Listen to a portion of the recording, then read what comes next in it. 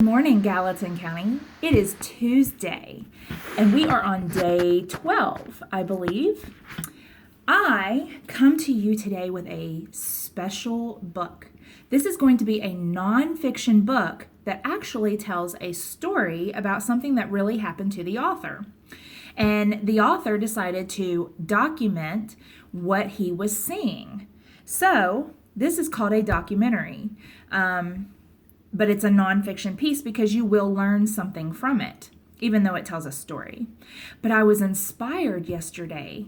It's spring, the birds are out, flowers are blooming, and the sun is shining, it's getting warmer.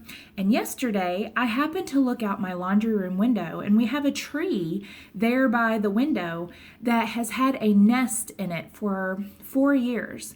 And different birds have come and gone year after year and used the nest. So we've not knocked it out of the tree. We've left it there, just kind of hoping that other birds will come and rent for a little while. But yesterday, I happened to look out the window and I saw 2 finches kind of checking out the nest. And one of the finches was putting some new twigs inside the nest. So I got a little excited. I thought, oh, we may have finch eggs. Usually robins will lay their eggs in that nest. But after I saw the finches yesterday, I thought, wow, that would be awesome if we could have some finch eggs to watch hatch this spring. So seeing that nest yesterday kind of inspired my choosing of this book today. And like I said, you are going to learn something from it, so it is nonfiction. This will be habit 7 because the author is taking care of the bird, which probably makes him feel good about himself. But it's also because we choose books that we enjoy reading, and nonfiction usually falls into habit 7. Sometimes you will learn about the other habits, but it just kind of depends on what happens in the book. But today it is going to be habit 7. It's just a book that is enjoyable to read as you learn about birds. And the book today is called My Baby Bluejays by John Berendt. And you can see that he has set this up based off of photographs that he has taken.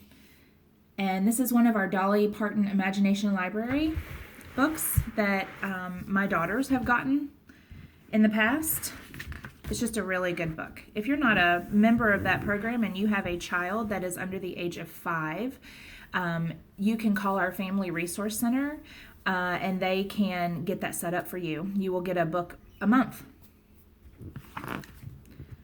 So here we go. I live in a white house on a quiet street in a big city, New York. Okay, and there is a picture of where he lives.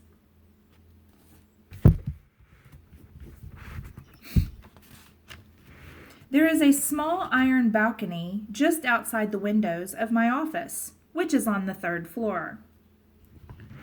I'll show you page by page. How about that? One day, a blue jay landed on the railing of the balcony. It surprised me because I don't often see birds so close up. The blue jay inspected the balcony very carefully.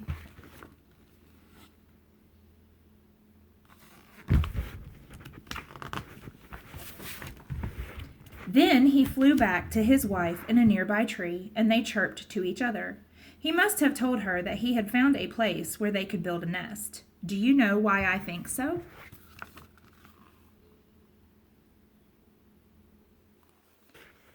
Because he began making a nest right away. First, he picked up a strip of white plastic that he found in the street and brought it up to the balcony.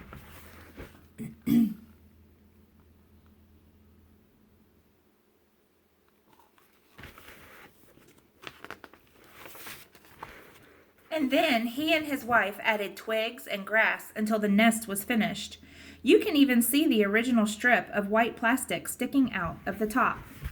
And I will point that out for you. It is right there.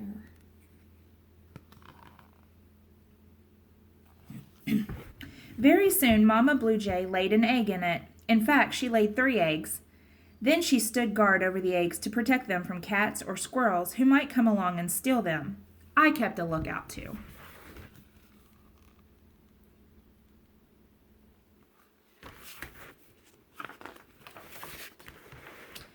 After a few weeks, 3 little blue jays were born.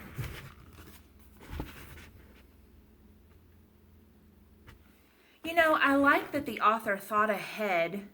When he first noticed that blue jay, he thought ahead about writing a book to document what was going on.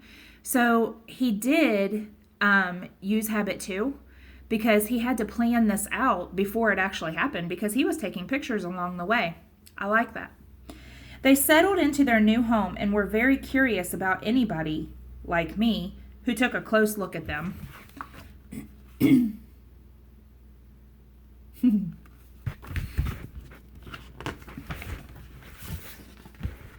They did a lot of chirping and cheeping. Papa Blue Jay came back to the nest to see what all the fuss was about. Aha, he knew. The little ones were hungry. So he fed them by putting food into their mouths, right from his mouth. That's just how birds do it.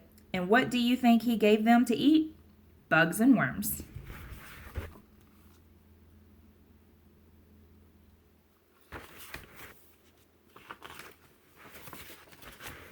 After a few weeks, it was time for the baby blue jays to leave the nest and go out on their own, to run around, to hop, and best of all, maybe to fly. At last, one of the little birds hopped out of the nest. Now, you can see that baby blue jays don't exactly look exactly like their parents just quite yet. They have fluffier feathers, so that's something that you can learn just from the pictures. When the other two saw him standing out there on the balcony, they cheered him on. They too were eager to hop out of the nest. What do you think eager means? If they were watching and they were cheering on, it means they were ready to do it too. They were just watching him to see what to do. And they did. Before long, all 3 birds were hopping around on the balcony. They practiced flying by flapping their wings, but mostly they hopped because they weren't strong enough to fly, not yet anyway. Soon it was time to get off the balcony and onto the ground, but this was a big step because the balcony is on the 3rd floor of my house. There is quite a long drop to the ground. I would say that would probably be very scary to the birds. But not much different than any other bird, because if you think about it, trees are up high. One of the birds looked at me as if to say, well, it's been swell here, but I'm afraid it's time to go. He looked a little nervous, I thought.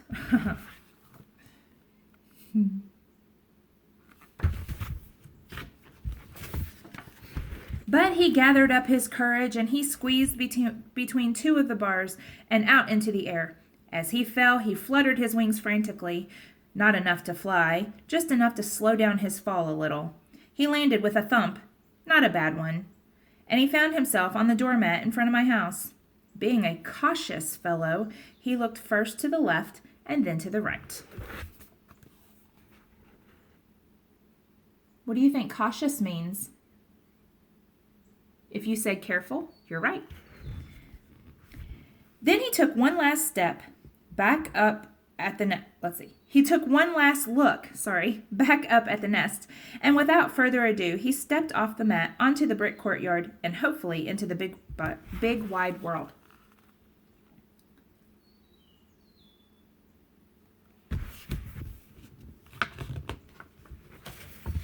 Did you guys hear me make a mistake?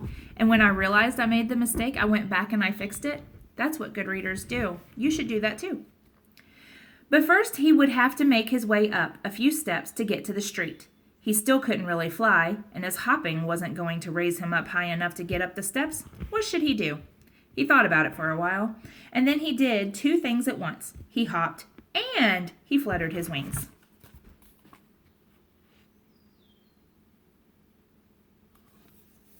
And it worked. That was 1 step done, almost to the gate.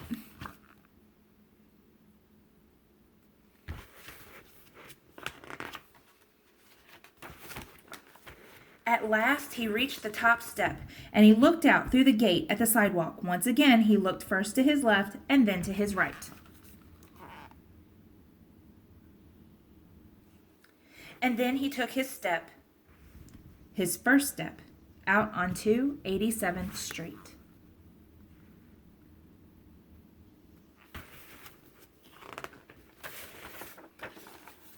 Now, his biggest worry was getting stepped on by people who didn't see him. So very quickly, he hopped and fluttered across the sidewalk to the curb. It was much safer there. Okay, now that he was at the curb where the parked cars were, he thought he'd take a little walk with rest stops in between. Finally, he saw a nice spot for a pleasant rest.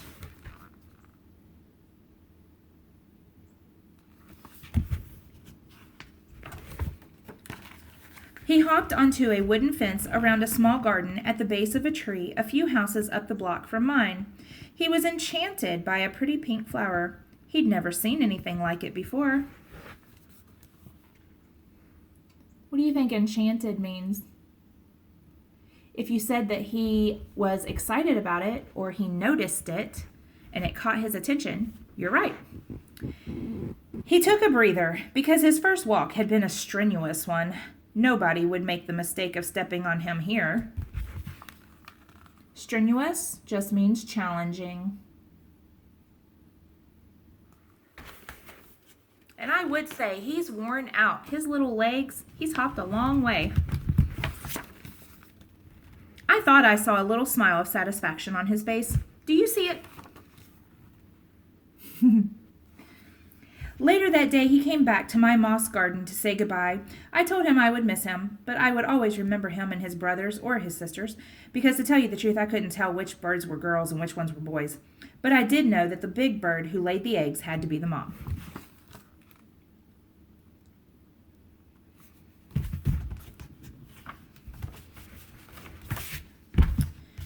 Now the blue jay is all grown up. I'm sure I've seen him around the neighborhood, but by now he looks so much like the other grown-up blue jays that I'm not sure which one he is.